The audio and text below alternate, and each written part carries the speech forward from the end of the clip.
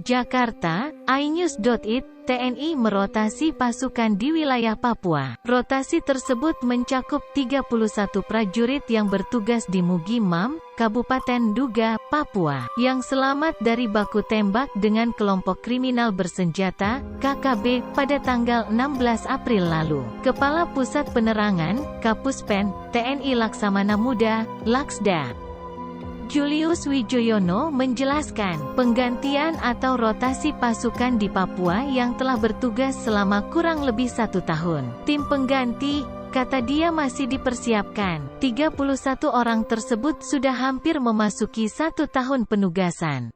Penggantinya sudah disiapkan. Selanjutnya, mereka akan ditarik bersama personel lain yang memasuki masa tugas 1 tahun, ujar Julius dikonfirmasi di Jakarta, Rabu tanggal 26 April lalu.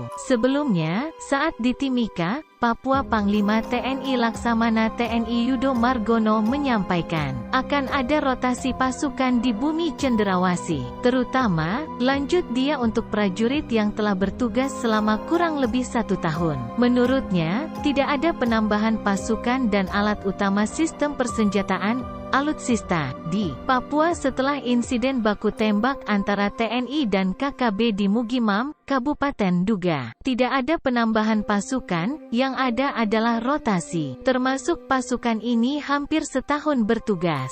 Tentunya, ini akan kami tarik dan rotasi dengan pasukan yang baru, ucap Yudo Dilanut Yohanis Kapiao, Timika, Papua, Selasa tanggal 18 April tahun 2023. Dia menilai, rotasi bentuk penyegaran dan meningkatkan semangat prajurit. Tentunya, pasukan yang sudah lama bertugas mungkin moralnya turun. Ya, kami ganti dengan yang baru, katanya. Prajurit terakhir yang dinyatakan hilang usai kontak tembak antara tim gabungan TNI dan kelompok kriminal bersenjata, KKB, diduga ditemukan wafat. Total ada 5 prajurit yang gugur akibat peristiwa itu. Kepala Pusat Penerangan, Kapuspen, TNI, Laksamana Muda Julius Wijoyono mengungkap Pratu F gugur usai diserang KKB Papua saat misi penyelamatan pilot Susi Air. Namun Pratu F gugur karena jatuh ke jurang dan bukan karena serangan KKB.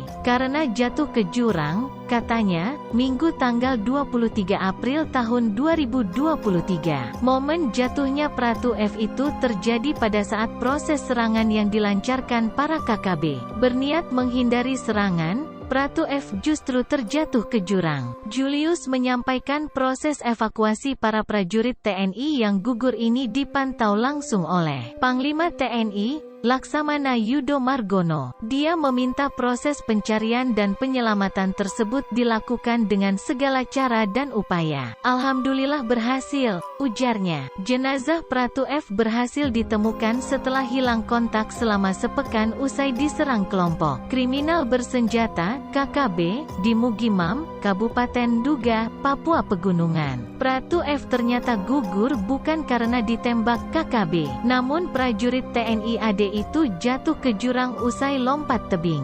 Jadi, Pratu F itu lompat ke tebing dan jatuh ke jurang. Tidak ada luka tembak, senjata masih ada, ujar Kapuspen TNI Laksda Julius Wijoyono, Minggu tanggal 23 April tahun 2023. Dia mengatakan, kronologi serangan KKB berawal saat rombongan pasukan TNI berjumlah 36 personel sedang menyisir dalam operasi evaluasi pencarian pilot Susi Air. Namun saat di lokasi kejadian, gerombolan KKB mengepung dari berbagai sisi sehingga terjadi kontak senjata. Dievakuasi dalam kondisi meninggal dunia dalam jurang sedalam 140 meter. Pratu F merupakan korban kelima prajurit TNI yang gugur dalam serangan KKB saat misi pencarian dan pembebasan pilot Susi Air.